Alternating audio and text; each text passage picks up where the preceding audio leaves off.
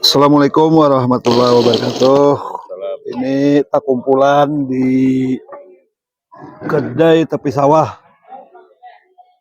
Ownernya Pak Ilham. Ya. Wah, ini alhamdulillah kita bisa berjumpa di podcast saya, Haji Didi Buhari, Haji Odong. Nah, kita malam ini melihat bahwa di HSO itu banyak tumbuh kafe, kemudian ya ini kedai-kedai angkringan, makanan. Nah, tentu ini tidak hanya tumbuh dalam hal yang ada fenomena lah di sini, ada fenomena mungkin. Kira-kira nih kasihan nih, saudara Sihan, kira-kira apa nih fenomenanya nih? Apakah ini tularan dari kota yang sampai masuk ISO, mungkin dari Banjarmasin, Banjarbaru,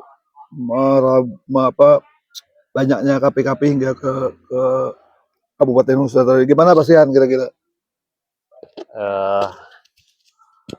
Menurut kita fenomena yang ada sekarang Tapi positif kan ini? Pasti, ya, memang ini hal yang bersifat positif. Suatu kreativitas orang untuk dalam rangka menumbuhkan ekonomi, khusus ekonomi keluarga, kemudian masyarakat juga. Artinya hal ini perlu kita support lah. Artinya kita beri nasihat bagaimana masukan mungkin bagaimana nantinya untuk bisa berkembang lagi. Mungkin bukan hanya di ranah di tingkat kabupaten, mungkin nanti akan berkembang di tingkat kecamatan. Artinya tepi sawah mungkin punya cabang di lain tempat nanti kan, karena berkembang tadi. Jadi ini merupakan hal yang bersifat positif lah bagi perkembangan ekonomi di HSO. Nah, ini ada teman kita nih yang di lembaga permodalan nih, perbankan atau apa. Nah, kira-kira nih apa nih spotnya terhadap ini tumbuhnya ini? Apakah mungkin UMKM ini modal atau apa kira-kira Pak? Nih Pak Bandita.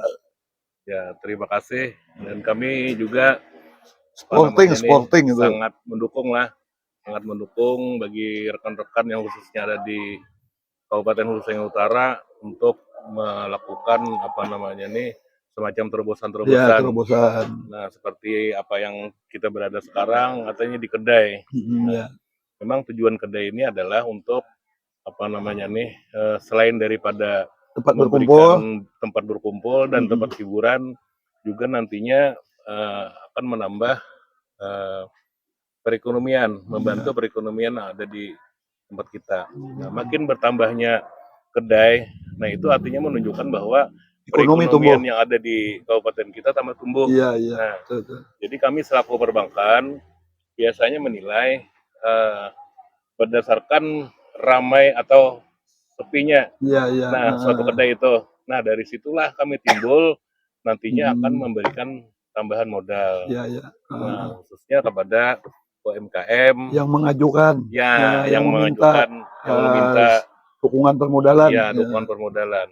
Dan hal ini juga kami disupport oleh pemerintah daerah Kabupaten Hulu Sungai Utara, karena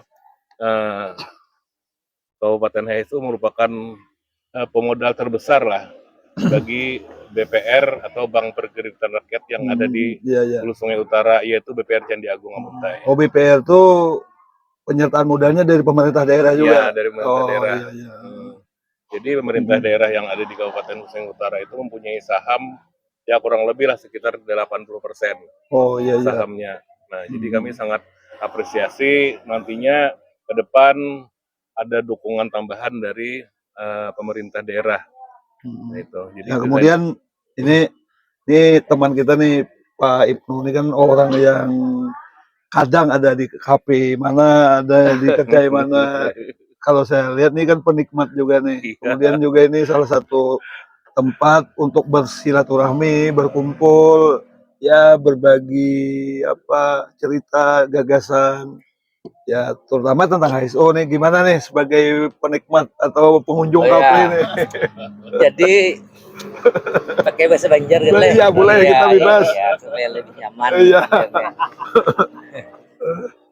Ulun ini secara pribadi sebenarnya penikmat kopi lah. Iya. Jadi penikmat kopi, terus kadang-kadang kan kita seharian bekerja kelelahan, kita butuh juga Sambil-sambil. tempat-tempat untuk kita refresh. Iya. Kebetulan saya ini juga ulun nih penikmat kopi, jadi ya sering nongkrong di mana kadang-kadang dalam batas-batas tertentu. Artinya ulun duduk untuk sambil berdiskusi, menyerap informasi terkait pekerjaan, terkait lain-lain.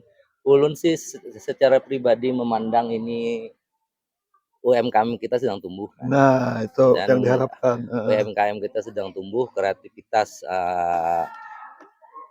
Kedai ini kan kalau 10-15 tahun yang lalu kan warung. Kan? Iya. Jadi sekarang kan berinovasi nih, berinovasi. Terus sekarang bukan dulu orang berbicara di warung tentang hal yang normatif aja. Sekarang orang mungkin di warung sudah bisa modern, sudah lebih, bicara nasional, bicara internasional. Nah, makanya kan kedai ini mudah-mudahan ya ekonomi kreatif ini kita masih selalu bisa tumbuh, karena mengingat bahwa di tempat kita ini kan sebenarnya tipe-tipe orang-orang HSU ini orang-orang petarung dalam dunia usaha kan. Iya. Makanya kita kalau ada pengembangan sesuatu di kota besar, kita cepat berkembangnya daripada wilayah-wilayah lain gitu loh. Ya kita support aja. Selain saya juga penikmat, juga tempat-tempat seperti ini dibutuhkan juga untuk misalnya kita daripada jauh-jauh untuk membawa keluarga, kadang-kadang kita nongkrong bersama keluarga, bersantai. Ya mudah-mudahan hal-hal positif seperti ini lebih banyak berkembang lagi, dan lihat kalau kedai-kedai kopi ini malah banyak yang mengembangkan anak-anak muda, malah anak-anak muda gitu. Anak-anak muda bahkan yang sekarang varian pilihannya itu sudah banyak kan, kalau ada kopi istilah kopi Vietnam, ada Americano, bahkan kopi tradisional juga masih dijual kan. Ya, pengembangannya luar biasa sudah sekarang. Jadi tempat berkumpul yang positif. Tempat berkumpul yang tempatnya terang. Iya, bukan apa, ada ketapang pun ketapangnya nggak ada. Ya, sekarang itu kira-kira kan. Saudara Sian pernah ke pun ketapang kan? Nah, itu. Tempat berkumpul yang terang, orangnya jelas kelihatan, dan apa yang dilakukan kelihatan. Kembali ke Saudara Sihan nih. Nah, kira-kira selama kita nongkrong di kopi, kafe atau kedai-kedai ini, apa tuh nilai tambahnya nih? Selain tadi kan Saudara Ibnu tadi kan sudah banyak nih kisah juga cerita nih. Ya. Artinya kita banyak nilai positif juga didapat. Mungkin lawas atau lama kada bertemu kawan bisa ketemu di di kedai, di kafe ini. Nah, kira-kira apa nih lagi saran atau masukan Saudara Sihan nih? Ya, pertama memang saran kita memang di samping kita dapat ngobrol-ngobrol silaturahmi juga, cuma kita harapkan juga agar warga masyarakat kan kalau mau belanja itu jangan lagi lah keluar daerah. Ya kalau memang ada lokalan yang pinang bagus, ya kenapa mesti ke benua orang? Sehingga perputaran ekonomi itu tetap di lokal HSU. Oh iya, betul. Kita ke Banjar kemana kan, artinya kan duitnya keluar daerah. Tapi kalau kita membawa keluarga ke tempat ini, jadi kan ekonomi itu berkembang di seputar wilayah kita itu. Artinya kada harus ke mall terus lah. Iya. Nah, kita cobalah kita sosialisasikan hal seperti ini. Nah, jangan lagi ya seperti di mall atau ke Banjar. Kan nanti pos duitnya kan larinya keluar, bukan kembali lagi ke daerah itu. Ya, mungkin itu dulu. Iya. Nah, ini Pak Mamat nih. Selama ini kan banyak nih, maaf nih, artinya kayak ini kan kafe ini mau tumbuh, tapi kan banyak kan dapat informasi nih, kayak apa caranya mendapatkan modal, atau malah justru kadang orang-orang ingin berkembang nih salah jalan. Seumpamanya apa minjam ke yang pribadi-pribadi seperti itu. Nah, apa istilah kita tuh apa? Nah, rentenir yang mengikat, yang menjerat itu. Nah, kira-kira apa nih kiatnya supaya atau bahkan apakah perlu sosialisasi lagi nih Ya. lembaga permodalan nih kira-kira kayak apa nih? Ya memang sesuai dengan tugas kami lah. Tugas kami itu Bank Pergerakan Rakyat sama dengan tugas perbankan yang lain. Artinya fungsinya sebagai intermediasi perbankan. Iya. Nah, artinya apa? Intermediasi itu memberikan kredit dan melakukan penghimpunan dana. Itu sasarannya UMKM yang kemudian pengusaha menengah ke bawah. Ya kalau untuk BPR itu sasarannya UMKM. Nah, Seperti kedai-kedai ini. Nah, maksudnya UMKM itu adalah pinjaman di bawah 500 juta sudah masuk UMKM itu. Oh iya. Nah, jadi kalau 500 juta ke atas itu menengah ke atas. Nah, jadi tapi syaratnya berat lah itu. Syaratnya kita cuman KTP, kartu keluarga, apa namanya nih, hanya surat keterangan usaha dari kepala desa. Nah itu tuh penting tuh nih apa mudahan masyarakat nih mendengar nih di ngobrol santai kita ini. Tapi syaratnya satu, usahanya sudah jalan. Karena perbankan itu pada intinya adalah membiayai usaha yang sudah ada, sudah bukan bergerak, membiayai usaha yang dari nol, bukan. Artinya usahanya sudah jalan, kita analisa nantinya, kita lakukan survei. Nah, berapa sih kekurangan modal lagi yang perlu kita tambahin? Ini mengembangkan lah, ingin mengembangkan ya, usaha. Ya betul, mengembangkan. Memang pada intinya tujuan kita perbankan ini adalah membantas atau membasmi rentenir. Iya. Supaya jangan terjerat terbelit oleh bunga-bunga besar itu. Iya, betul. Karena kami kan ya secara otomatis kami memberikan suku bunga yang relatif murah. Iya. Memang pada saat ini kita masih di suku bunga 12% setahun. Ya, memang pada dasarnya kami belum sampai ke kayak BRI, habisnya Bank Mandiri atau. Tapi mungkin dengan di BPR ini birokrasinya juga agak mudah kan? Ya, agak mudah. Ada yang harus dicari ABCD kan? Ya, bukan. Begitu melihat orangnya siapa, kemudian usahanya ada, survei mungkin 1 hari 2 hari udah bisa pencairan kan? Paling 3 hari lah. Nah, 3 hari itu mungkin salah satu juga kan masyarakat tuh kemudahan fasilitas kemudahan seperti itu. Iya.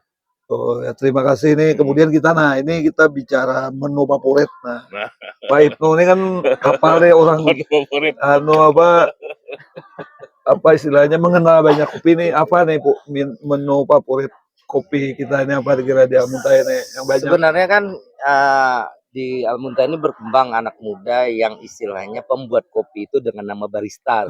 Iya. Jadi barista sekarang itu rata-rata menguasai di tempat kita. Barista itu biji kopi diolah dengan sistem yang baru sekarang, dengan mesin yang baru. Artinya diseduh dengan sistem yang baru, dengan pelajaran mereka. Sekarang konon menyeduhnya itu air panasnya harus ada ukuran panasnya, kemudian caranya Ulu ini bukan barista, cuman ulu ini banyak. Nah, ya itu maksudnya lah. Jadi kalau salah, jujur lah itu kira-kira. Mohon maaf ya kalau salah, mohon maaf. Ukuran ditimbang katanya itu. Iya, kalau mau membuat misalnya ukuran 1 gelas ini, ukuran timbangan ada, terus timbangan kopinya ada, panasnya ada, misalnya tidak boleh lebih dari 80 atau 90 derajat. Terus biar cara penyeduhannya ada. Jadi memang sekarang kopi sekarang itu sudah berkembang dari cara penyajiannya. Dari konvensional jadi modern lah caranya, pakai mesin. Kalau secara pribadi ulun kopi murni, kopi hitam. Tapi cara penyeduhan kopi hitam sekarang berbeda. Memang di negara-negara yang sudah berkembang itu konon memang sudah ada itu hal-hal seperti itu. kan sekarang ada namanya Vietnam Dream, Iya. kayak Americano, ya kan. Nah, Apa? itu. Banyak lagi pengembangan-pengembangan yang lain Kan lah. buka kedainya Hasilnya, nih. iya, saya ini belum tahu. Vietnam Dream, misalnya Americano, kopi latte, kopi yang campur Susu. Nah macam-macam sekarang lah. kalau harga itu maksudnya ya memang harga itu variatif lah. Ya. KP A, B kan mungkin beda-beda, tapi masih anu lah apa ukuran standar daerah lah. Standar daerah kita Masih. masih cukup bisa dibeli, terbeli lah. bisa terbeli dibanding wilayah tetangga kita misalnya kayak Tabalong, mungkin Balangan, kita masih terbeli lah. Artinya di tempat kita ini mau usaha apapun, termasuk kedai itu kompetitif harganya. Nah ini harus kompetitif harganya, bersaing agar ya. Oke, mungkin cukup sampai di sini nih, kita mungkin lain waktu kita bisa ngobrol lagi kan yang lebih luas. Ya mungkin tentang hal lain juga. Nah, terima kasih Pak Ibnu, Pak Mamat, Pak Sehan. Demikian podcast kita ini, mudah-mudahan bermanfaat untuk para pemirsa. Terima kasih. Assalamualaikum warahmatullahi wabarakatuh. Waalaikumsalam warahmatullahi wabarakatuh.